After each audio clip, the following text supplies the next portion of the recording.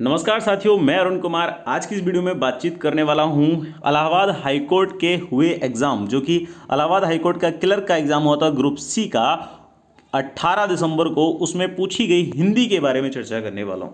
हिंदी के आंसर की मैं आपको वीडियो के माध्यम से प्रोवाइड कराने वाला हूं और बेहतरीन तरीके से आप चीज़ों को देखिएगा। आपके कितने क्वेश्चन सही हुए आप मुझे कमेंट करके ज़रूर बताइएगा। इस वीडियो को लास्ट तक जरूर देखिएगा। हर एक सवाल में एक्यूरेसी के साथ आपको चीज़ें बताई गई हैं और ये भी मैं कहना चाहूँगा कि आप कमेंट करके अपने आंसर मुझे जरूर बताइएगा और इस वीडियो को शेयर भी कीजिएगा। सबसे पहला क्वेश्चन देख लेते हैं। सेठ का स्त्रीलिंग क्या होता है भैया? सेठ का स्त्रीलिंग सेठानी होता है, बाकी कोई नहीं होगा। सेठी नहीं होगा, सेठनी नहीं होगा, सेठाइनी नहीं होगा। क्या हो जाएगा? सेठानी इसका आंसर हो जाएगा। आनी प्रत्यय इसमें जुड़कर महिला लिंग या फिर ये कह सकते हैं स्त्रीलिंग हमने बनाया है। नेक्स्ट देख लेते हैं। ला उपसर्ग के बने शब्द नहीं है। लाजवाब, जवाब को और ला को अलग अलग करें तो जवाब का एक मूल अर्थ होता है। और ध्यान रखिए, जब भी हम उपसर्ग अलग करते हैं तो बचे शब्द में अपने आपे में कोई मूल अर्थ छिपा होना चाहिए। लापता में पता अपने आपे में मूल अर्थ रखता है। लाइलाज में इलाज अपने आपे में मूल अर्थ रखता है। लेकिन ला में टरी, टरी अपने आपे में कोई मूल अर्थ नहीं रखता है, इसलिए इसका आंसर नहीं बनने वाला शब्द लाटरी हो जाएगा। Got it? मैं समझता हूं आपको चीजें क्लियर हुई होंगी। अगर हुई हैं तो कमेंट में यस जरूर बताइएगा। नेक्स्ट कहता है कि मोटापा, बुढ़ापा, इन शब्दों में सही प्रत्यय क्या है? तो बच्चे आपा इसमें प्रत्यय है। मोटा को अगर आप देखें तो मोटा प्लस आपा अगर ऐड करेंगे तो क्या बनेगा? मोटापा बनेगा। ठीक है, क्या बनेगा? मोटापा। वैसे ही बूढ़ा प्लस आपा अगर ऐड करेंगे तो क्या बनेगा? मोटा प्लस आपा। मोटा प्लस आपा यानी कि मोटापा, बूढ़ा प्लस आपा यानी कि बुढ़ापा। तो आपा नाम से प्रत्यय इसमें हो जाता है। ठीक है, आपा नाम से प्रत्यय हो जाता है। आगे प्रश्न कहता है कि सही वर्तनी वाला शब्द बताएं। देखो, सही वर्तनी वाला शब्द है बच्चे निरस्ता। और ध्यान रखें कि कई बार दिमाग में आया हुआ कि ग्रस्त भी तो हो सकता है, पर ग्रस्त का सही जो वर्तनी है वो ये है जो राउंड राउंड मैंने सर्किल किया है। ठीक है, मतलब नीचे को गै में, नीचे को गै में नीचे को क्या लटका हुआ है? रा लटका हुआ है। ठीक, आगे देखें। मेरे को अपने मामा के घर जानी है। भैया ये तो हम बिहारी तो नहीं कहा, हम यूपी के हैं, हम बिहारी नहीं हैं। तो इसलिए इस क्वेश्चन का आंसर मुझे अपने मामा के घर जाना है, ये बिल्कुल करेक्ट है। आप पढ़कर भी पता लगा सकते हैं, कोई ज़्यादा हार्ड नहीं था। बहुत अच्छी हिंदी क्वेश्चन पूछी गई हैं आपसे और जो मैंने आपको ऑफलाइन क्लासेस में पढ़ाया है वो आपसे डेफिनेटली यहाँ पर पूछा गया है, नो डाउट। आगे देखिए, सूची फर्स्ट को सूची 2 से मिलान करना है। कवि ईश्वर, कवीश्वर, कवि इंद्र, कवींद्र, वेद अंत, वेदांत और शिव आलय यानी कि शिवालय। तो इस क्वेश्चन का आंसर ए पर क्या बन रहा है? 3। ए पर 3 बन रहा है और ऐसा केवल एक ही ऑप्शन है, तो जाके ज़्यादा आप टाइम वेस्ट ना करते हुए आगे बढ़ जाइए। अच्छा, कुछ क्वेश्चन हिंदी के इस साइड में भी दिए गए हैं, तो इस पोर्शन को भी हम चेकआउट कर लेते हैं। विग्रह पूछा गया है। विग्रह समास के साथ मिलान करवा रहा है विग्रह का। ऋण से युक्त जो होता है, मुख्य है जो मंत्री, वो क्या कहलाता है? समय के अनुसार सीता और राम। तो ध्यान रखें, और अगर जुड़ जाता है तो द्वंद्व समास होता है, ये बात आप जानते हैं। तो और के साथ जैसे ही जुड़ा हमने द्वंद्व समास सीता और राम यानी कि डी पर फर्स्ट लगा दिया। आगे अगर देखना चाहो तो देख लो, वरना डी पर फर्स्ट का एक ही ऑप्शन आपको मिला था, वही आपका आंसर सही था। आगे देखना चाहो, अगर आपको याद है, मैं बता देता हूँ, यहाँ पर बता देता हूँ। ऋण से युक्त, ऋण से युक्त क्या कहलाता है? इसमें तत्पुरुष समास है, से लगा हुआ है, तत्पुरुष समास है। आगे देखो, मुख्य है जो मंत्री, जो से हमें पता चल जा रहा है कर्मधारय समास है। समय के अनुसार, समयानुसार यानी कि अव्ययभाव समास है। और डी पर फर्स्ट का एक ही ऑप्शन है जो कि आप देख सकते हैं, तीसरा वाला, ये करेक्ट आंसर इसका हो जाएगा। बाकी ऑटोमेटिकली मैच हो जाएंगे। आगे देखें, मनाली में अनेक स्थान देखने योग्य हैं। तो देखने योग्य की जगह हम क्या इस्तेमाल कर सकते हैं? दर्शनीय इस्तेमाल कर सकते हैं। वाक्यांश के लिए एक शब्द आपसे पूछा था, बहुत अच्छा सवाल।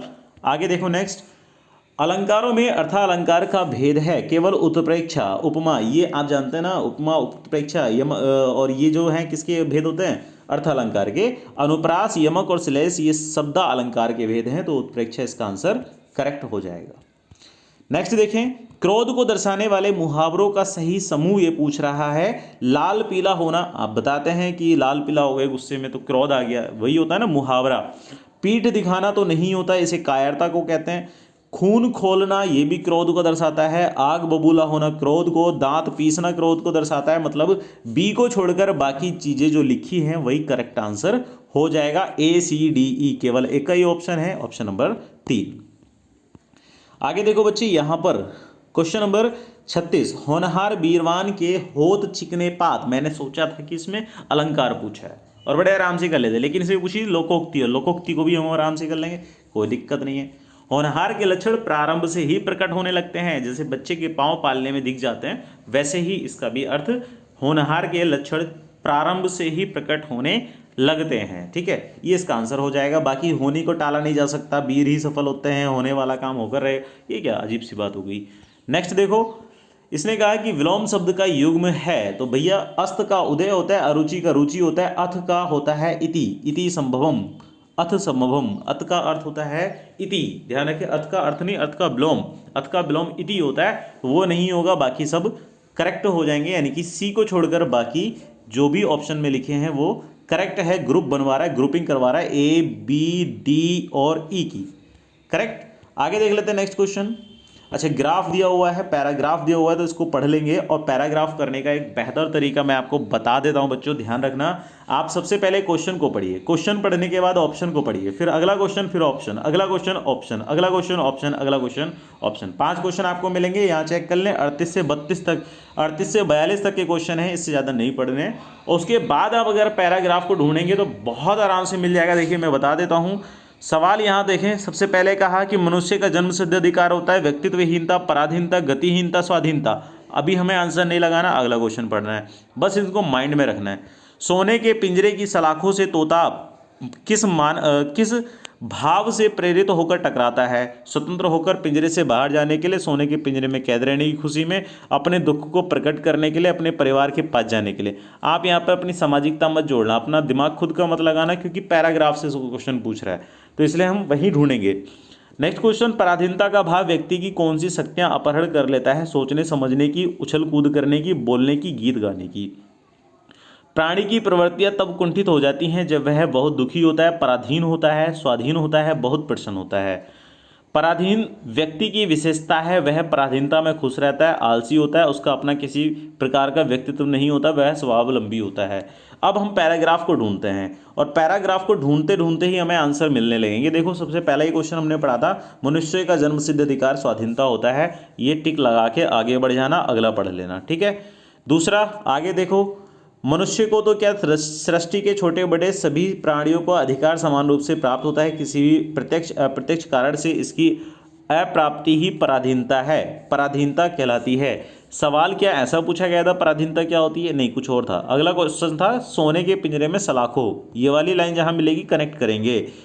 नेक्स्ट देखो, इसको पढ़ो आगे, कि पराधीनता का भाव व्यक्ति की सोचने की समझने की शक्तियों का अपहरण कर लेता है। ये क्वेश्चन हमें मिल जा रहा है, और ये क्वेश्चन हमसे पूछा भी गया है। आगे क्वेश्चन पढ़ने का फ़ायदा यही हो जाता है कि वो पूछने, जो भी पूछेगा, पराधीनता का भाव व्यक्ति की कौन सी शक्तियों का अपहरण कर लेता है? सोचने समझने की शक्तियों का। देखो पढ़ते पढ़ते हमें ऑप्शन मिल गए, क्यों मिल गए? क्योंकि हमने क्वेश्चन को पढ़ा, ऑप्शन को दिमाग में रखा, और करेक्ट हम अपने आप को करते चलेंगे। इसने एक क्वेश्चन अगला जो पूछा है वो पक्षी से संबंधित है। यहाँ देखो, इसी कारण सभी स्वर्ग सुख मिलने पर भी कोई प्राणी पराधीन बनकर नहीं रहना चाहता। सोने के पिंजरे में बंद तोता भी कभी सुखी नहीं रहता। इसी भावना से अनुप्रेरित होकर वह अपने पंख और सिर बार बार पिंजरे की सलाखों से टकराता है, ताकि उन्हें तोड़कर खुले आसमान में उड़ जाए और सघन डालियों पर बैठकर उन्मुक्त मधुर स्वरों में गीत गाए। तो मतलब क्या है? देखो अभी क्वेश्चन हमने पढ़ा था कि वह क्यों तोड़ना चाहता है सोने के पिंजरों को, स्वतंत्र होकर पिंजरे से बाहर जाने के लिए, तो करेक्ट आंसर हो जाएगा। अरे सभी करके आए होंगे इस क्वेश्चन को, बहुत ज़्यादा टफ नहीं था, बहुत अच्छा था, तो इसको सभी करके आए होंगे मैं समझता हूँ। आगे देखें, एक अज्ञानी पक्षी में स्वाधीनता की इतनी तड़प दिखाई देती है, तो फिर बुद्धिमान सजीव सशक्त मनुष्य का तो कहना ही क्या। पराधीन व्यक्ति ही अपना किसी प्रकार का व्यक्तित्व नहीं होता। पराधीन व्यक्ति की विशेषता क्या है? उसका अपना किसी प्रकार का व्यक्तित्व नहीं होता। क्या ऑप्शन नंबर 3 नहीं बन जाएगा? और प्राणी की प्रवृत्तियां तब कुंठित हो जाती हैं जब वह, प्राणी की प्रवृत्तियां कब कुंठित होती हैं? ये क्वेश्चन आपको देखने को मिलेगा यहीं पर, जब वह पराधीन हो जाता है। जाहिर सी बात है, पराधीन व्यक्ति, इससे देखो आगे पढ़ेंगे कहीं ना कहीं, कहीं बीच में छूट गया ऐसा, हाँ ये है, पराधीनता में प्राणी की प्रवृत्तियां तब कुंठित होकर रह जाती हैं। कई बार तो पराधीनता का भाव व्यक्ति, पराधीनता में प्राणी की प्रवृत्तियां कुंठित होकर रह जाती हैं। प्राणी की प्रवृत्तियां तब कुंठित होती हैं जब वह पराधीन होता है। तो मैं समझता हूँ सारे क्वेश्चन यहाँ पर आपके सही हुए होंगे। पैराग्राफ से कोई चेंजेस, कोई भी डिफिकल्टी इसमें नहीं थी। आगे देख लेते हैं नेक्स्ट क्वेश्चन बच्चे। मिलान करवा रहा है फिर से, और बड़े आराम से हम मिलान करेंगे। कुछ ही क्वेश्चन यहाँ पर बचे होंगे। निम्नलिखित में उचित का मिलान करें। जिज्ञासु किसे कहते हैं? जिसमें जानने की इच्छा हो, बचपन से हम सीखते आए हैं। और एक का 3 और कोई ऑप्शन में शायद ना हो, एक का 3 नहीं है बाकी में, तो यही हमारा आंसर हो जाएगा। पढ़ो मत ज़्यादा। निशाचर किसे कहते हैं? ये तो जानते होंगे, रात में घूमने वाला। परोक्ष किसे कहते हैं? जिसमें जो आंखों के सामने ना हो उसे परोक्ष कहा जाता है। और असक्त जिसमें शक्ति ना हो। कितने सिंपल से आप बता सकते हो। नेक्स्ट देखें, जिसने लाल कमीज पहनी है वह मेरा पड़ोसी है। वाक्य का सरल रूप बताना है आपको। लाल कमीज वाला मेरा पड़ोसी है, बात खत्म। जब लाल कमीज पहनी तब पड़ोसी बना, ऐसा तो संभव ही नहीं है। जो लाल कमीज पहनता है वह मेरा पड़ोसी ना, ये भी संभव नहीं। मेरा पड़ोसी लाल कमीज पहनता है, ये भी संभव नहीं। लेकिन लाल कमीज वाला मेरा पड़ोसी है, ये सरल रूप है। नेक्स्ट देखें, सामने के मकान में रहने वाली सुशीला अत्यंत मेधावी छात्रा है। रेखांकित में पदबंध का सही विकल्प क्या होगा? संज्ञा पदबंध इसका सही विकल्प हो जाएगा। ठीक है, संज्ञा के बारे में, मतलब वो एक संज्ञा के रूप में उसको इस्तेमाल कर रहे हैं। संज्ञा क्या होता है? वस्तु, प्राणी, पदार्थ का नाम ही तो संज्ञा होता है। तो हमने यहाँ पर सुशीला को इंडिकेट किया है कि एक सुशीला है जो मेरे सामने के मकान में रहती है, वो एक संज्ञा के रूप में हमने इसको जोड़ा है। ठीक है, सुशीला को संज्ञा के रूप में कंसीडर किया गया है। और ऐसा ही क्वेश्चन स्टेनो में इंग्लिश में पूछा गया था, बिल्कुल सेम ही क्वेश्चन, और वहां भी नाउन इसका आंसर बन रहा था। ठीक है, मतलब सेम नहीं, सेंटेंस अलग था पर भाव उसका वही था पूछने का। आगे देखो, ऐसा ही सवाल पिछले बार स्टेनो में भी पूछा गया, जो मैं बताने वाला हूं आपको। सर्वनाम और उनके पदों का मिलान करवा रहा था। बाहर कौन आया है भैया? बाहर कौन आया? कौन आया? तो प्रश्नवाचक है। एक में ही क्वेश्चन मार्क लग रहा है, प्रश्नवाचक एक ही है। एक का 4, एक का 4, अरे सब में एक का 4 लिखा है। आगे पढ़ो। वह अपने आप चला जाएगा। अपने आप में जब भी बात होती है निजवाचक सर्वनाम हो जाता है। यह ले जाओ, यह ले जाओ में निश्चयवाचक। यह क्या? यह एक निश्चय चीज होगी तभी हम यह कह रहे हैं। वह कहते तो अनिश्चय हो जाता। ठीक नहीं, वह भी निश्चय होता लेकिन वो दूर के लिए होता है। मैं कल चला जाऊंगा। मैं कल चला जाऊंगा मतलब पुरुष है तो पुरुषवाचक सर्वनाम है। मैं प्रथम पुरुष है, जानते हो कि नहीं? तो यहाँ पर डी पर अगर 3 देखें तो यहाँ है, सी पर 2 देखें तो यहाँ, और बी पर 1, तो ऑप्शन नंबर 4 ही इसका आंसर हो जाएगा। ठीक है मेरे बच्चे, ऑप्शन नंबर 4 इसका आंसर हो जाएगा। नेक्स्ट देखो, नानाजी फल खरीदकर रेखांकित पद का आधार पर क्रिया का कौन सा रूप है? खरीदकर में कौन सा रूप है क्रिया का? पूर्वकालिक रूप है। पहले फल खरीदे फिर घर आए, ये क्वेश्चन टिक गलत हुआ है, तो ये इसका आंसर हो जाएगा पूर्वकालिक क्रिया। खरीदकर, पहले खरीदा फिर घर आए ना, तो पूर्वकालिक क्रिया होती है। जो पहले कार्य किया जाता है उसे पूर्वकालिक क्रिया कहते हैं। नेक्स्ट देखें, भविष्यकाल के भेदों का उचित विकल्प है। भविष्यकाल के भेद कौन कौन से होते हैं? सामान्य भविष्यकाल, संभाव्य भविष्यकाल, यही होते हैं और कोई नहीं होता।